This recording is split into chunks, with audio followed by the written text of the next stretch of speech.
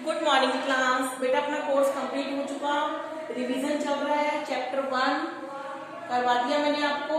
Second chapter आपके course में से हट चुका है, तो चैप्टर 3 पढ़ेंगे हम, हिमालय की बेटियां। हिमालय की बेटियां किसे कहा गया है बच्चों? नदियों को। हिमालय से जो भी नदियां निकलती हैं उन सबको हिमालय की बेटियां कहा गया है। अब ध्यान से देखिए, अभी तक मैंने उन्हें दूर से देखा था। लेखक बता रहे हैं, लेखक अपनी कहानी कह रहे हैं, बड़ी ही गंभीर, शांत, अपने आप में खोई हुई लगती है। सम्राट महिला, ये किसको बोला है? नदी को, की भांति प्रतीत होती है। उनके प्रति मेरे दिल में आदर और श्रद्धा के भाव थे। माँ और दादी, मौसी और मामी की गोद की तरह इनकी धारा में डुबकियां लगाया करता था। किसकी? नदियों की धारा में।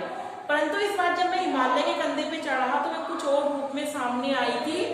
मैं हैरान था कि दुबली पतली गंगा, यही यमुना, यही सतलज समतल मैदानों में उतरकर विशाल कैसे हो जाती है। तो नदियां कहां से उतरती है? हिमालय से। इनका उछलना और कूदना, खिलखिलाकर लगातार हंसते जाना, इनकी ये भावभंगी, उनका ये उल्लास कहाँ गायब हो जाता है? मैदान में जाकर किसी लड़की को जब देखता हूँ तो किसी कली पर जब मेरा ध्यान अटकता तो मैं इनका कौतूहल, विस्मय नहीं होता जितना कि इन बेटियों की बाल लीला देखकर। तो बेटियां किसको बोला? नदियों को। कहाँ ये भागी जा रही है? यह कौन लक्ष्य है जिसने इन्हें बेचैन कर रखा है? अपने महान पिता का विराट प्रेम पाकर भी इनका हृदय अतृप्त है। पिता किसको बोला है? हिमालय को।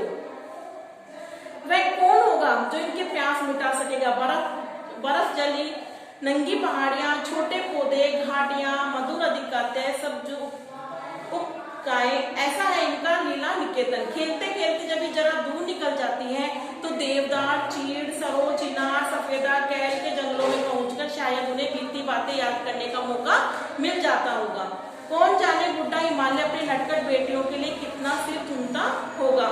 बड़ी बड़ी चोटियों में जाकर पूछिए तो उत्तर में विराट मोहन के सिवा उनके पास रखा ही क्या है। सिंधु और ब्रह्मपुत्र, ये ऐसे दो नाम हैं जिनके सुनते ही राहुल, सतलज, व्यास, चनाव, झेलम, काबुल, कपिशा, गंगा, यमुना, सरयू, गंडक, कोसी आदि हिमालय की छोटी बड़ी सभी बेटियों की आंखों के सामने नाचने लगते हैं। अंडरलाइन कर लो, ये सब नदियों के नाम है, ठीक है। वास्तव में सिंधु और ब्रह्मपुत्र स्वयं कुछ भी नहीं है। दयालु हिमालय के पिघले हुए दिल की एक एक बूंद न जाने कब इकट्ठा होकर इन दो महानदी के रूप में समुद्र की ओर प्रभावित होती है। तो सिंधु और ब्रह्मपुत्र हिमालय से निकली हुई नदियां हैं जो एक एक बूंद से निकलती हुई कब महासागर में मिल जाती है। कितना सौभाग्यशाली है मैं समुद्र जैसे पर्वतराज हिमालय की दो बेटियों का हाथ पकड़ने का श्रेय मिला है। जिन्होंने मैदानों में इन नदियों को देखा है उनके ख्याल से शायद ही यह बात आ सके कि बूढ़े हिमालय की गोद में बच्चियां बनकर ये कैसे खेला करती है। माँ बाप की गोद में नंग धड़ंग होकर खेलने वाली इन बालिकाओं का रूप पहाड़ी आदमियों के लिए आकर्षक भले न हो, लेकिन मुझे तो ऐसा लुभावना प्रतीत होता है कि वह रूप हिमालय को ससुर और समुद्र को उसका दामाद कहने में झिझक नहीं होती। क्यों बोला ऐसा? हिमालय से तो निकलती है नदियां, इसलिए हिमालय तो क्या हो गया? पिता हो गया। और समुद्र में जाके मिल जाती है, इसलिए समुद्र क्या हो गया? दामाद, ठीक है। कालिदास के विरही यक्ष ने अपने मेघदूत से कहा था कि नदी के प्रेम का प्रतिदान देने जाना, तुम्हारी यह प्रेयसी। अब यह प्रेयसी भी किसको बोला है? नदियों को।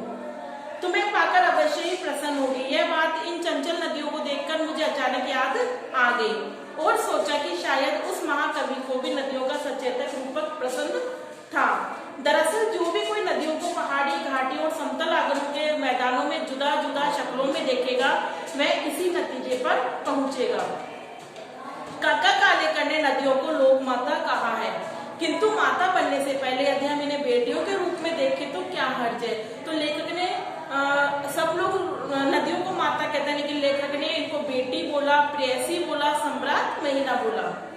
और थोड़ा आगे चलिए, इन्हीं में से अगर हम प्रेयसी की भावना, प्रेमिका, प्रेयसी का मतलब होता है प्रेमिका, भावना करें तो कैसा रहेगा। ममता का एक और भी धागा है जिसमें हम इनके साथ जोड़ सकते हैं बहन। उन्होंने नदियों को बहन भी बोला है। बहन के स्थान कितने कवियों ने इन नदियों को दिया है। एक दिन मेरी भी ऐसी भावना हुई थी, जो तिब्बत की बात है। मन उचट गया था, तबीयत ढीली थी, सतलज के किनारे बैठ गया। दोपहर का समय था, पैर लटकाकर पानी में थोड़ी देर में उस प्रगतिशील जल ने असर डाला। तन और मन ताजा हो गया और मैं गुनगुनाने लगा, जय हो सतलज बहन तुम्हारी, लीला अचरज बहन तुम्हारी, हुआ मुझे तुमन हटा कुमारी, जाऊं मैं तुम पर बलिहारी, तुम बेटी या बाप हिमालय, चिंतित पर चुपचाप हिमालय, प्रकृति नदी के चित्र पट पर अनुपम अद्भुत छाप हिमालय, जय हो सतलज बहन तुम्हारी। आप देखते हो बच्चों, जब हम बहुत थके हो तो पानी में जब पैर रख के बैठे तो हमारी थकान उतर जाती है ना। नदी का पानी हमारी प्यास भी बुझाता है, सिंचाई के लिए भी काम आता है। तो नदियों को माता के साथ साथ ही बहन, प्रेयसी ये सब नाम दिए गए हैं। कैसे पाठ समझ में आ गया? अब देखो, नदियों को मां मानने की परंपरा हमारे यहाँ काफी पुरानी है, लेकिन लेखक नागार्जुन ने उन्हें और किन रूपों में देखते हैं? तो लेखक नागार्जुन उन्हें सम्राट, महिला, बहन, बेटी और प्रेयसी के रूप में देखते हैं। सम्राट, महिला, बहन, बेटी और प्रेयसी के रूप में देखते हैं। सिंधु और ब्रह्मपुत्र की क्या विशेषता बताइए? सिंधु और ब्रह्मपुत्र हिमालय से निकलने वाली दो नदियां हैं जो धीरे धीरे ये बहुत बड़ा रूप धारण कर लेती है और अंत में समुद्र से मिल जाती है। सिंधु और ब्रह्मपुत्र हिमालय से निकलने वाली दो नदियां हैं जो धीरे धीरे अपना बड़ा रूप धारण कर लेती है और अंत में समुद्र में मिल जाती है।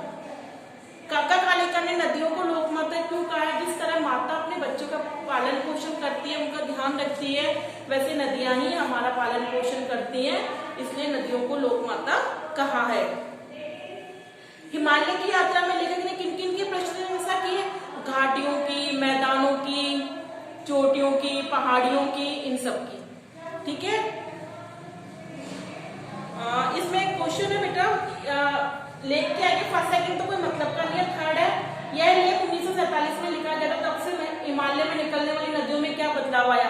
तो आज जो नदियां निकल रही हैं वो प्रदूषित हो रही है, क्योंकि जनसंख्या बढ़ने के साथ साथ नदियों का प्रदूषण बढ़ता जा रहा है, सारा कचरा उसमें डाला जाता है, इसलिए नदियां प्रदूषित हो गई है। और फोर्थ है, अपने संस्कृत शिक्षक से पूछे, कालिदास ने हिमालय को देवात्मा क्यों कहा? हिमालय को देवात्मा इसलिए कहा क्योंकि ऐसा माना जाता है कि हिमालय पर देवताओं का वास है, हिमालय पर देवताओं का वास है और बड़े बड़े ऋषि मुनि हिमालय पर ही तपस्या करते हैं, इसलिए हिमालय को देवात्मा कहा गया है। आगे समझ में, तो चैप्टर के क्वेश्चन आंसर आपको करने हैं। Thank you.